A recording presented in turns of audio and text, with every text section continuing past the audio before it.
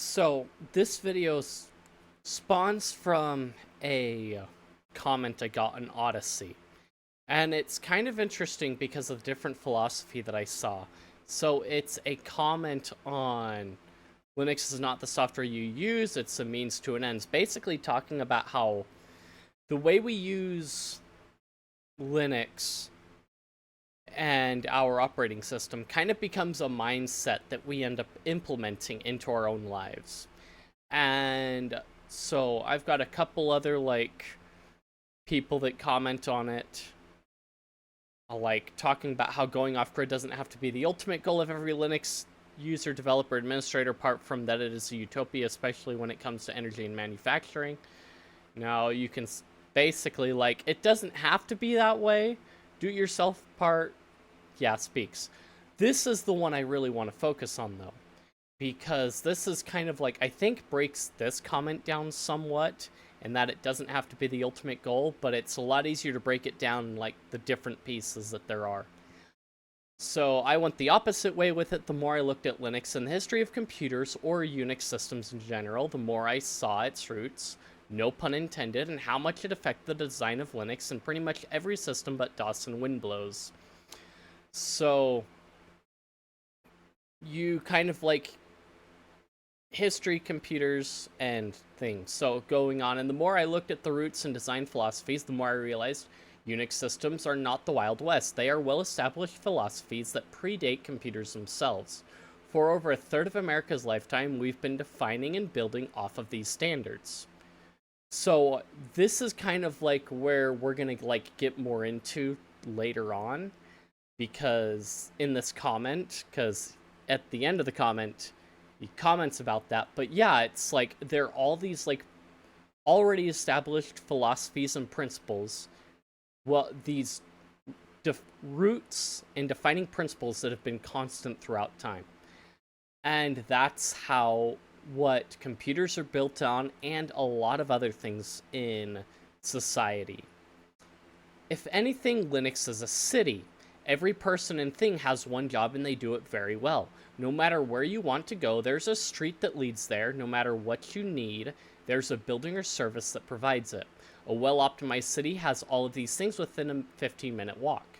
So you don't need a car, but in the event you do, there are public services set up to take you there. So this is kind of where the difference of viewpoint is, and what I was getting at versus what he's getting at. And I don't know if he sees it from where I was looking at it and talking about it, or understanding it, but I can see where okay, the city idea, yes, that's very much it.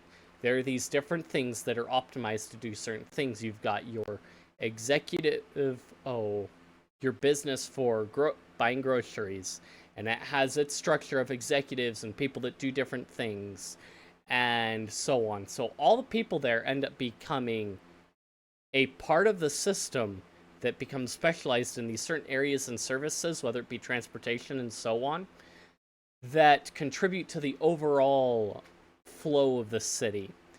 And even in a city, there are times when certain viruses come in and disrupt the city and its flow therefrom. But you've also got that same thing when you're looking at it from I want to be a part of this system, and that's kind of where it comes in, is a city, most of the people are going to become a part of that system rather than the orchestrator of that system. So you've got these executives up at the top of some of these services and buildings that are orchestrators in how that city runs.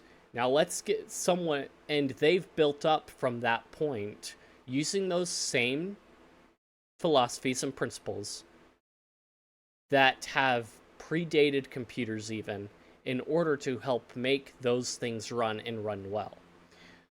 Some people take it in a different direction, and that instead of going to the city, they want to orchestrate their own thing that will sustain them. And that's kind of where running Linux as a system, they are orchestrating a system built around something that will work for them and sustain their computing environment. So going on, so there are so many standards and regulations for the ways of doing things. No matter what you want to do, there's a process for doing it, and you can always tell who knows the process and who doesn't. So that is not to say that you can't learn the process of doing something from someone else, because in the process of building your system and orchestrating your system, you are learning from those timeless principles and philosophies that build on making a well running system. And it's much the same thing when some of these free software users and Linux users go out into farming and going out into a rural area, is they are taking those principles and philosophies that are in a different area than you might see in a city and applying them and building up a system for their own well-being, for their own living, rather than just their system. It's their living. And many people in the city do that, and they end up becoming a cog in that system in the city, or end up building a system that becomes a cog in the system of a city, and then building it that way. So what we're left with is a well-functioning and well-optimized machine made up of 1,000 tiny individual units, all working together to create a system that's greater than the sum of its parts.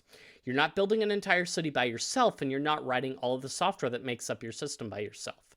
You're building off the work of others, and in turn, they're building off the work you do, and that is as it should be. So I think the point that is missed here is that in farming, it is exactly the same.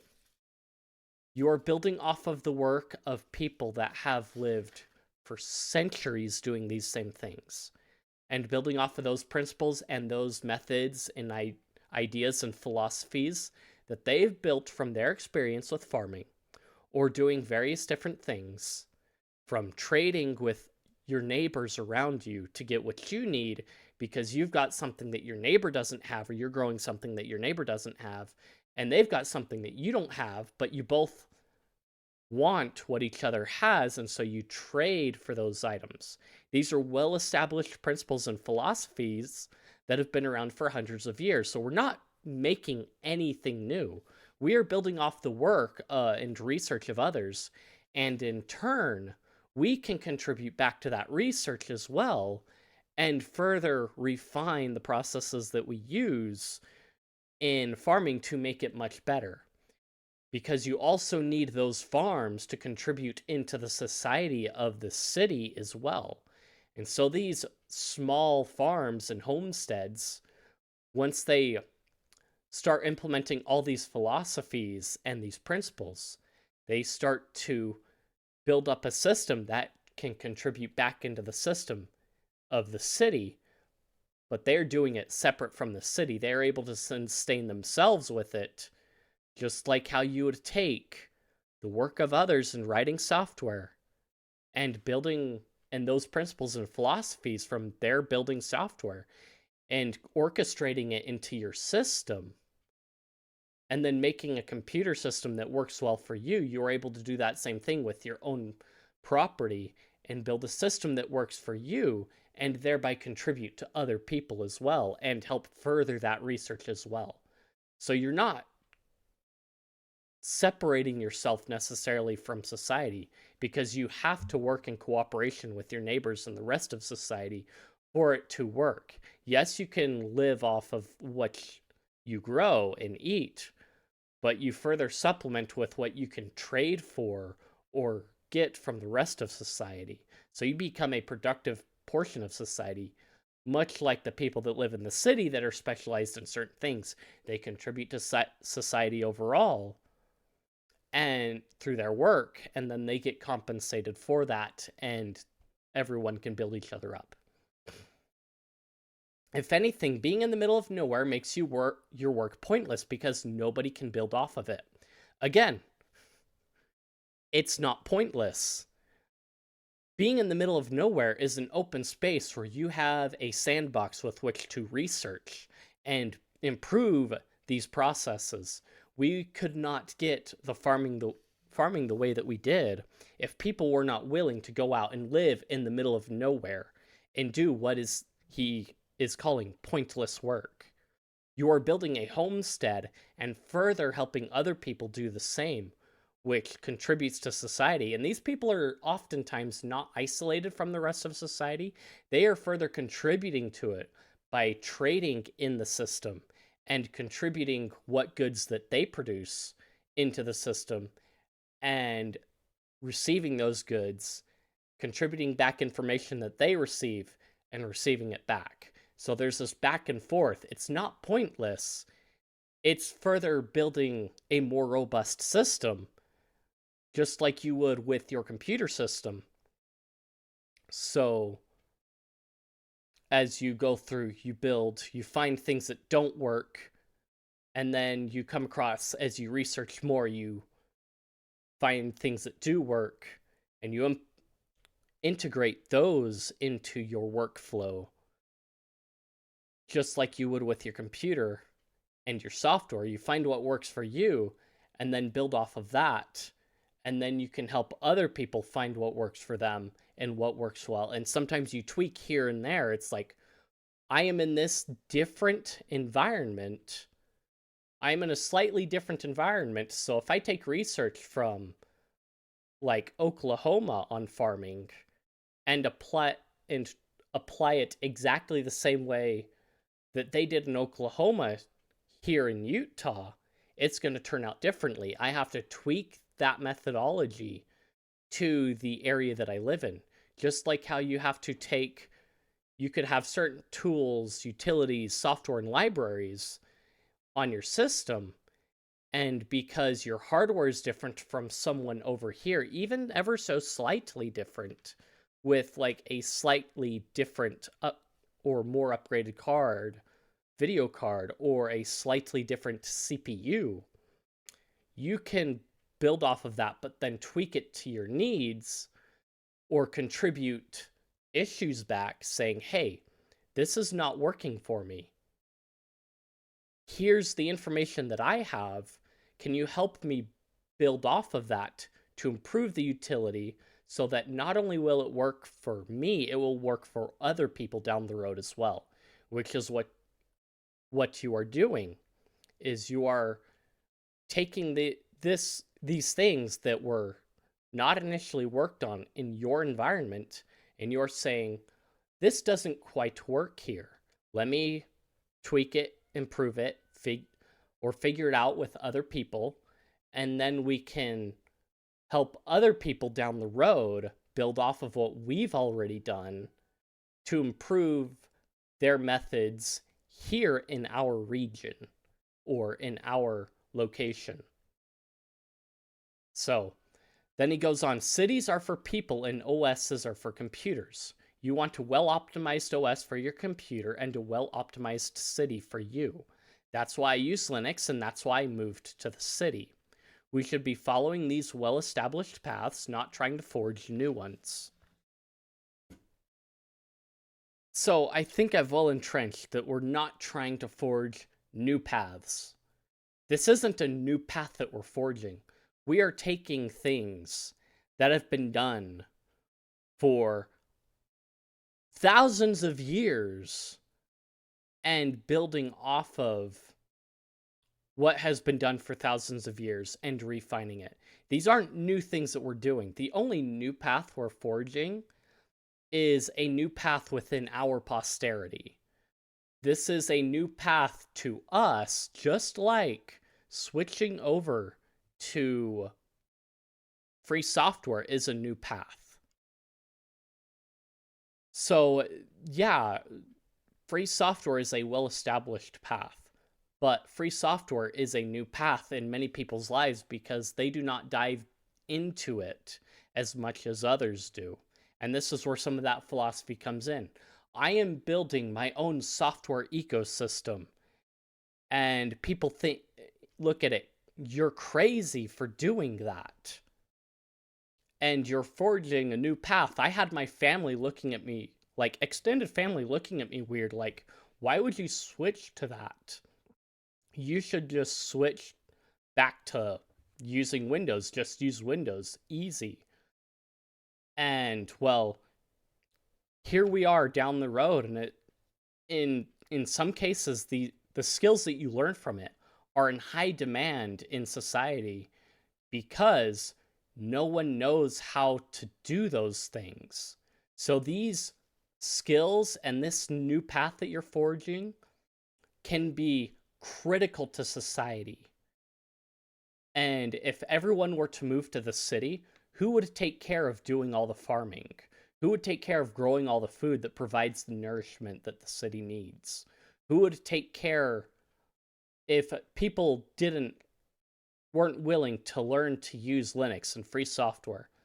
Who would take care of and administer the systems that the city uses to run day-to-day life and the technology that runs day-to-day life? No one would be able to run anything without those people that were willing to forge new paths and just go with the already established paths. Yes, an individual system works much like a city, but it takes people that orchestrate that city in order for it to work and to work well, and people to know what they are doing in orchestrating that city for it to run well. Just as it takes people that know how to orchestrate and put together a Linux system for it to work well and run well, and being able to figure out the key work and established philosophies and principles to make it work so that they can apply methodologies to work out what's not working and troubleshoot what needs to be fixed to get it running again. Just like how there are established paths in homesteading and farming in rural areas that people use and have to tweak and troubleshoot and figure out in order to get things working to orchestrate their own living standard. These aren't new paths like in a rural area, and this ultimate ends to a means is just a different kind of philosophy in the same sphere of working with it. These people are just looking to orchestrate their workflow, not just on their computer system, but in their life and where they get many of their resources from, so that they know what's going on. They understand what's going on. I've learned more about how our food system works by working with farmers out in fields, picking corn, tomatoes, and so on, and then helping to organize it so it can be shipped off to a store in cities where people would later on eat that food. And I've come to appreciate that more and more. But I have also learned that, like, there are certain things that I like about it and enjoy about it that some people may not like necessarily. But for a lot of people, they enjoy the idea of building something and making something themselves, something that works. You hit a lot of hiccups along the way as you're trying to take something that is imperfect, like a empty plot of land, and turn it into something that produces, just as you take an operating systemless system or a jumble of parts, turn it into a hardware system, and then put a software system on top of it. You reap that joy from it because this is what I've done and it works now. I've had a lot of hiccups along the way, along the journey of learning how this works and how to put it together. But now I am here, and you can take that experience and help others along that same path. So to say that living out in the middle of nowhere is pointless, it is probably, in reality, especially when it comes to doing your own food production, the most crucial thing that contributes to society. Because if there is no food, society will starve. If you enjoyed the video, then like, comment, subscribe, feed the algorithm, boost the video up, share this video with your friends. If you found it informative, or you just want to chat, I've got plenty of places in the description, Discord, Guilded, and what have you. Check those out, and I will see you guys in the next one.